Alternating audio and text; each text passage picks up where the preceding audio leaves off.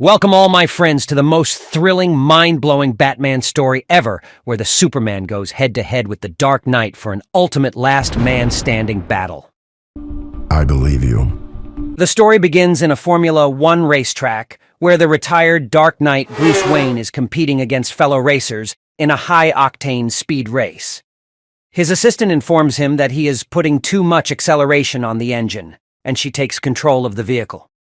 But Bruce Wayne, being Bruce Wayne, disables the computer controls and guns the pedal to the metal, and the engine blows up as a result, with Bruce Wayne escaping at the very last minute with minor injuries. Living on the edge of life is not for everyone, guys. Meanwhile, a group of nuns have been slayed mercilessly by a criminal gang named the Mutants, and the news broadcasters questions the authorities on the safety of the citizens. It is revealed that Commissioner James Gordon is only 1 month away from his long-awaited retirement, and unfortunately it has been 10 years since the Batman last made an appearance, and he is mostly considered as a legend or a myth by little children. 55-year-old Bruce Wayne is having a friendly dinner and couple of whiskey shots with his longtime friend Commissioner James Gordon as they talk about retirement and the troubles in the city with newly rising criminal gangs. When Gordon asks about Dick, Bruce reveals he was unable to keep in touch as he is still regretting the loss of Jason, his former Robin, and gets up to leave the premises. Bruce Wayne walks through the doomed and downgraded city of Gotham with a disappointed mind and a heavy heart. At the street corner, under the only street lamp, Bruce looks up at the moving metro cars. Soon, two thugs tries to jump Bruce Wayne and rob him, but he wants them to come at him. It almost feels like Bruce Wayne wants to beat up someone to release his frustrations. Who knew? The thugs get scared by Bruce Wayne's advances and takes off faster than they came. That night, Bruce Wayne tries to sleep peacefully in his manor, but he keeps having nightmares one after the other. Bruce gets up, goes down to the Batcave to look at the suite worn by Robin, his longtime associate who's there no more. Never again. Upon meeting Alfred, he reminisces on an old promise he gave to himself 10 years ago. Meanwhile, the city is pulverized with rising temperatures constantly, and even the patients at the Arkham home for the mentally ill are disturbed. The Joker is kept at the mental hospital, still unresponsive to anything from the outside world. Harvey Dent, formerly known as Two-Face, has undergone plastic surgery and miraculously cured. He holds a press brief to thank his doctors and apologize from the people of Gotham for his wrongdoings in the past. That night, Bruce Wayne is watching the news, and it's all about kidnappings, killings, and robberies by the mutant gang in the streets of Gotham.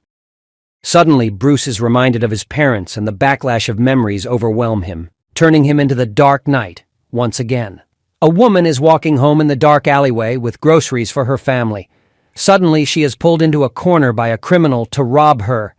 Out of the blue, a powerful arm reaches from behind the criminal and pulls him into a dark building with echoes of his painful moans. A taxicab is stopped, and a man harassing a woman gets into it, paying the driver a good sum of money to keep his mouth shut.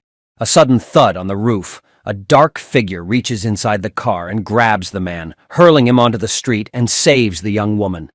Two women run inside the arcade to take cover from the thunderstorm, and suddenly the lights go off. The mutant gang members walk in one by one to abuse and rob the two young girls who are screaming with fear. There comes the knight in dark armor. The gang members are taken down one after the other, and not even one is spared. This is better than a Hollywood movie, guys, because the Dark Knight, aka the Batman, is the real deal. Finally, we are presented with a bank robbery and the police chase. The veteran policeman is jubilant upon seeing the Batman has arrived and gets ready to watch the showdown. But his rookie partner is reluctant to just sit back, do nothing. Batman makes the car topple into an abandoned building and gives chase to the robbers who are trying to escape. He makes each one of them disappear from the top floor one by one, but the interference from the rookie cop disturbs his final capture. Batman gets hold of the last robber and breaks his leg in half while the cops watch. Batman tells the senior cop to tell James Gordon to contact him as he finds a broken coin in the pocket of the robber, which symbolizes Harvey Dent's Two-Face. All the news channels report about the crimes that were stopped by an unknown cloaked black figure, and that is the top news, which even infuriates the leader of the Mutants gang, where he swears to destroy the Batman once and for all. If only I had a penny. Every time someone swears to destroy the Batman, I would have become a small version Bill Gates too. Bruce Wayne is massaged by Alfred, as he has suffered some heavy blows after a long time. A phone call from the commissioner gets Bruce excited, as Gordon tips him off with the news that he is releasing the robbers. The robber goes to look for Harvey after being released by Gotham police, but little does he know that Batman is one step ahead of him. He is caught with absolutely no one to help him around, and Batman gets all the information out. Commissioner Gordon receives some high-level intel reports, and he quickly power-ups the bat signal. After 10 long dark years, the Dark Knight has truly returned to give hope to the people. Gordon shares the information with the Batman, and they discuss how to take down Harvey Dent as he is planning a mastermind heist on the Gotham Life Building. The attack takes place as 2 heavy-duty choppers attack the Gotham Life Building, and Harvey Dent demands $22 million from the citizens of Gotham within 22 minutes, as he threatens to demolish the building if he's not paid within the time limit. But what Harvey doesn't know is that Batman is waiting for him. Batman throws smoke bombs, and from deep beneath the smoke, he starts attacking the criminals one by one, taking down the whole group armed with automatic rifles. Finally, he freezes the timer on one of the bombs planted on a chopper, and quickly tries to reach the other building via a sky rail hook. While the people are watching from the streets, Harvey Dent starts shooting at Batman from the other chopper on top of the Life Building. Batman is hit and takes a tumble down towards the streets, but somehow manages to shoot his grappling hook to the chopper and hangs on. The recoil makes Harvey Dent fall down, and he is saved by Batman, where both of them ends up falling into another floor of the building. The two go at each other only for Batman to come up victorious. But Batman soon learns that Harvey Dent is still mentally ill, as he thinks he is never to be cured. You and me both. People debate on the television, trying to decide whether Batman is good or evil, and even the people are taking sides on this matter on the streets. Commissioner Gordon goes grocery shopping late at night, and a young mutant member sneak into the boutique to take a shot at the chief. Ironically, the next day, the news host announces that the young mutant member has been shot by Commissioner Gordon. The mutants kidnap the 2-year-old infant son of the billionaire Ridley family for ransom money and demands the money within the next hour if they want their child back. But little do they know what is about to happen to their cocky egos. After pampering with their anxiety for a while, Batman breaks into the mutants' hideout and kills one mutant savagely while taking the other as a prisoner. He saves the little infant kid.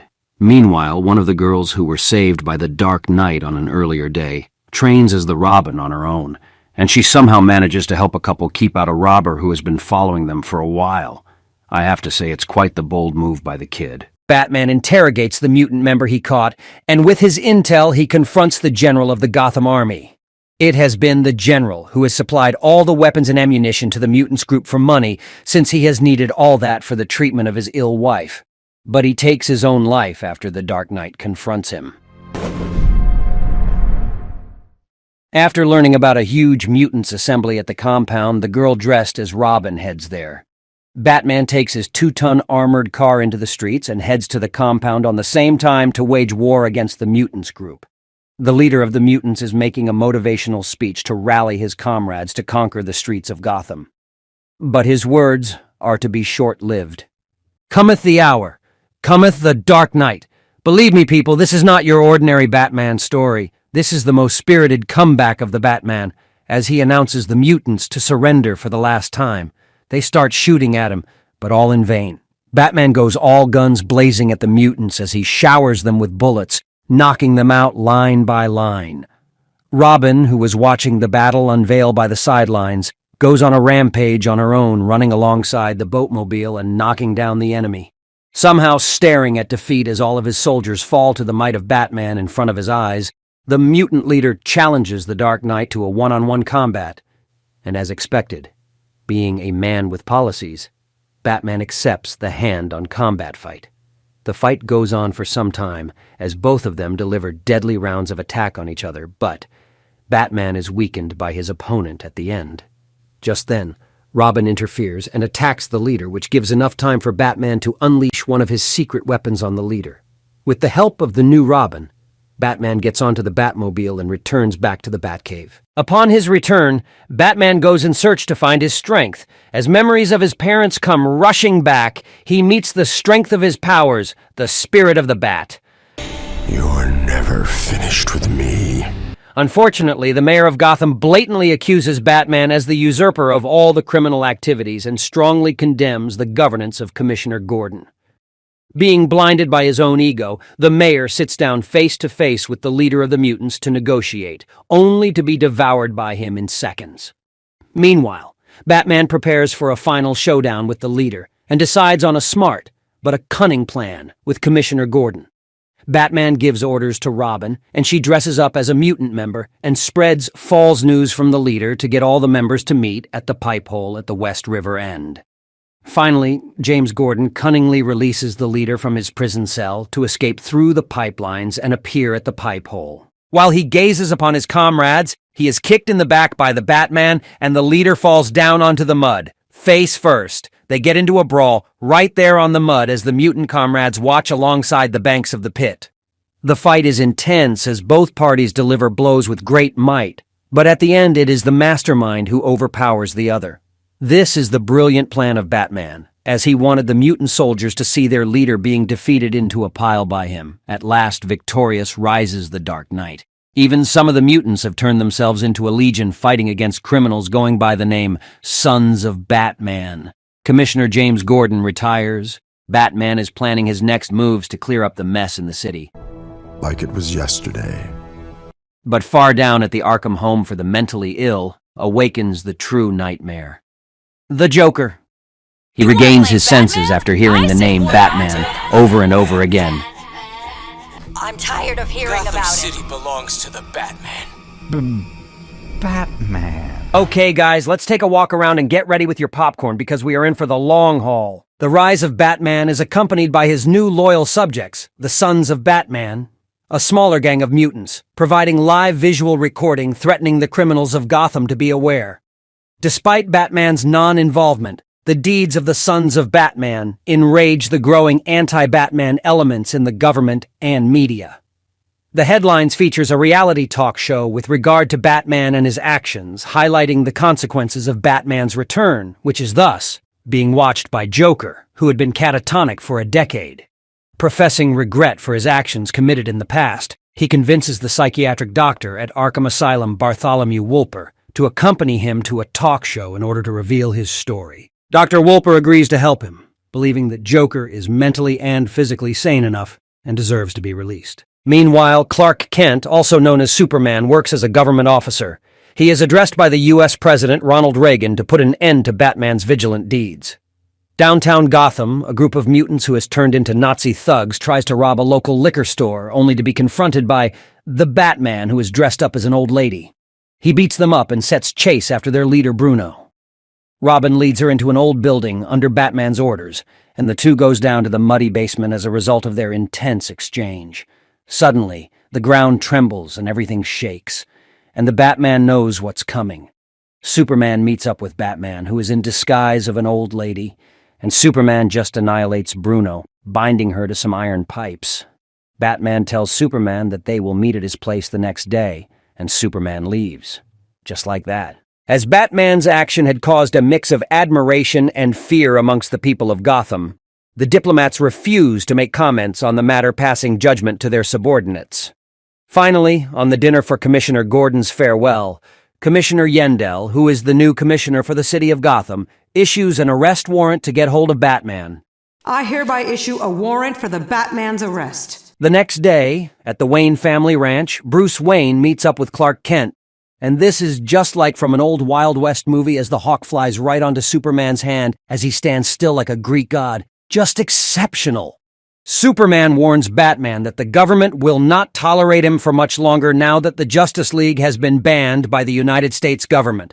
But the stubbornness of Bruce Wayne makes it harder for them to come to terms, and Superman leaves as they plan to discuss it again soon. The rising tension between the United States and the Soviet Union over the ownership of the island of Corto Maltese escalates as President Ronald Reagan goes to war against the Russians. He makes a bold move by calling Superman into the battlefield to defeat the Soviet armies. In the Batcave, Alfred Pennyworth informs Batman that Robin's aka Carrie Kelly's school would be over soon. Batman orders Alfred to pick her up from school, and he does so as instructed.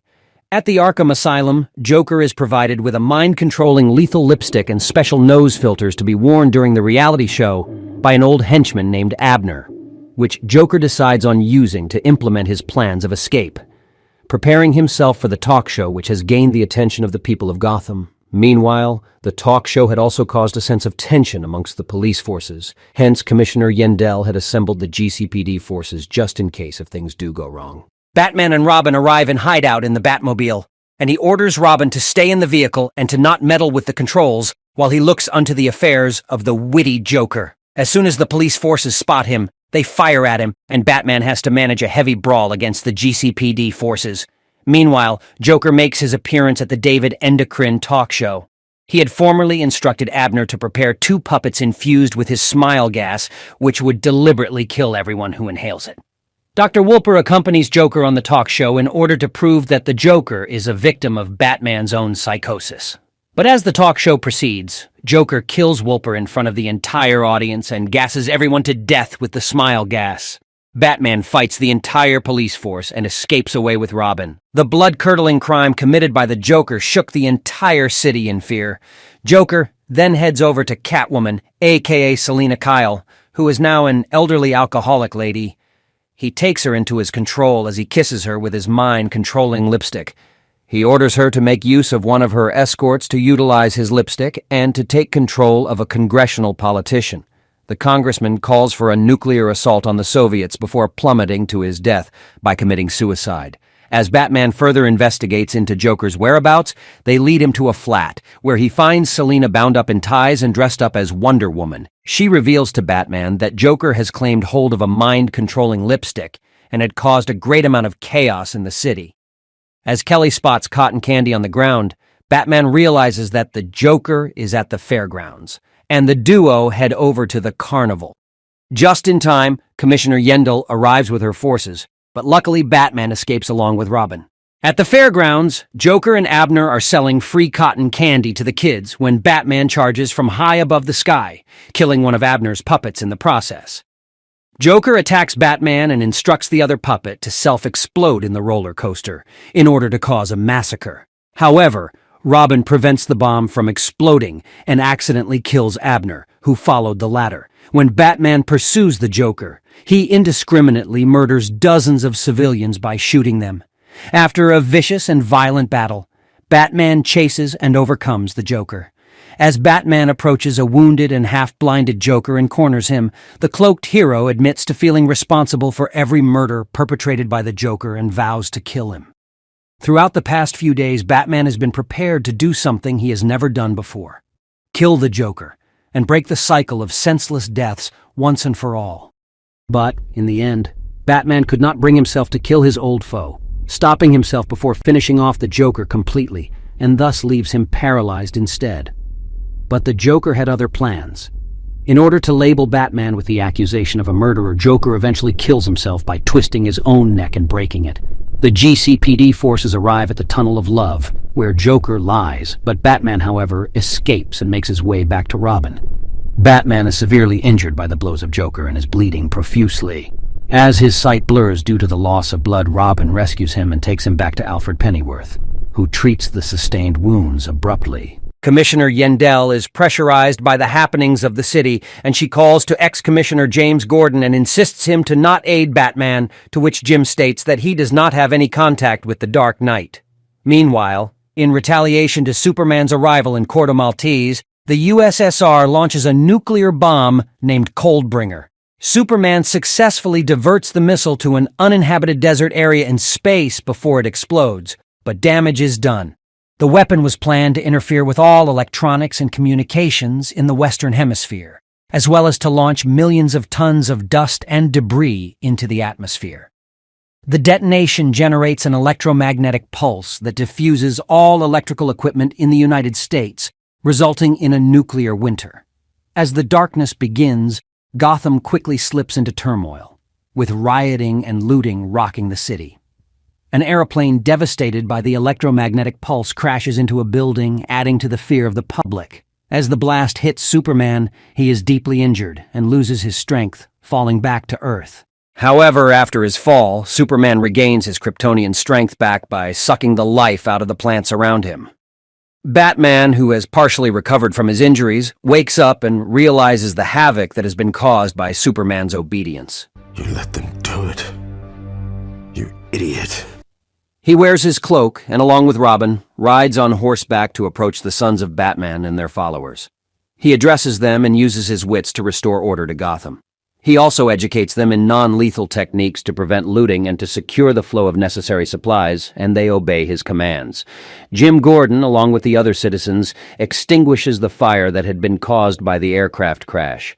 Batman thus commands the people of Gotham to stay united and work along in order to restore the chaos-hit city back to its normal state. Commissioner Yendell, who had been witnessing the deeds of Batman, accepts that the hero is too powerful to combat and orders to not take any action as for the moment. While the rest of America is powerless and plagued by crime, Gotham becomes the safest city in the country, abided by Batman's vigilante rule. Considering this achievement as a disgrace and a form of embarrassment, rather than being proud of it, the U.S. Senate dispatches Superman and the troops to put an end to Batman. Superman and Batman agree to meet at Crime Alley in order to settle the dispute. Meanwhile, Oliver Queen, also known as Green Arrow, warns Batman about the clash that is to come and offers to help him through any means. Batman is preparing for his final confrontation. Batman confronts Superman in a final fight at Crime Alley, which is exactly where Bruce Wayne's parents were murdered decades previously. The Dark Knight is armed with an artificially powered exoskeleton, the Batmobile, synthetic kryptonite, and a strange drug that he had consumed, to which the result is mysterious. The two heroes charge at each other, but Superman can't help but feel regret for ignoring Batman throughout the years and respectfully requests that the fight be avoided. Batman doesn't heed and starts attacking the Man of Steel without any hesitation. The two superheroes engage in a mighty brawl, colliding with each other. As Superman is yet desperate and reluctant to fight against Batman, his authority and situation prove him to do so. As he gains the upper hand, he is shot by a synthetic kryptonite-infused arrow by the former Green Arrow, Oliver Queen. Batman severely punches Superman, stating that he purposefully made the kryptonite weak, and warns him not to forget that Batman was the only person who might have killed him at any time. I want you to remember the one man who beat you. A severely weakened Superman notices Batman's heart rate declining and alarms.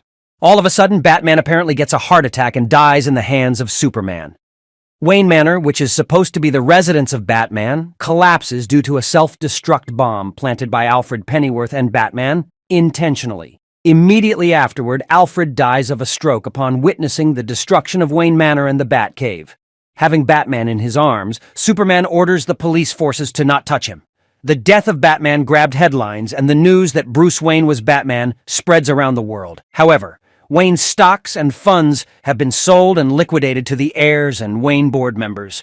Wayne Manor and Batcave have been destroyed, and all evidence of his methods and tools have been totally cleared out, leaving behind no trace of how he led his dual life. At the funeral of Bruce Wayne, Clark Kent, Jim Gordon, and Selina Kyle are amongst the known personalities who have attended the demise. Robin is in disguise of a known family member in order to conceal her identity. As the people leave, Clark is seen mourning, and as he turns to depart, he hears a faint heartbeat from inside the grave, through the coffin. He stares at Robin for a few minutes, and thus later he understood the assignment. He winks back at Robin and leaves.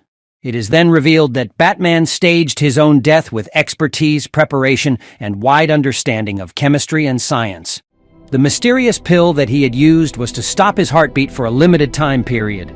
Bruce Wayne, now enjoying his life, leads Robin, Green Arrow, and his army consisting of the Sons of Batman deep into the uncharted depths beyond the Batcave, preparing the fullest to resume his struggle for justice in a more low-key but equally vital manner than in his previous life in safeguarding the city of Gotham. Let me tell you something about me, something I have never told anyone yet. I have always admired the charisma and the passion of Bruce Wayne, the Dark Knight. I have always dreamt of being someone like him when I was small. But now, when I understand how the world works around me, I want to be the Batman more than anything else in the world. Because today, he made me proud to have idolized him. Today, he made me cry for everything he fought for. Today, he took me to the great depths of despair, and he brought me back with everything to hope for. My dear friends, today you and I, we are both sons of Batman. All hail the Batman, the one and only Dark Knight. Thank you for watching Second Look. Like, comment, share, and subscribe for more awesome videos. Have a nice day.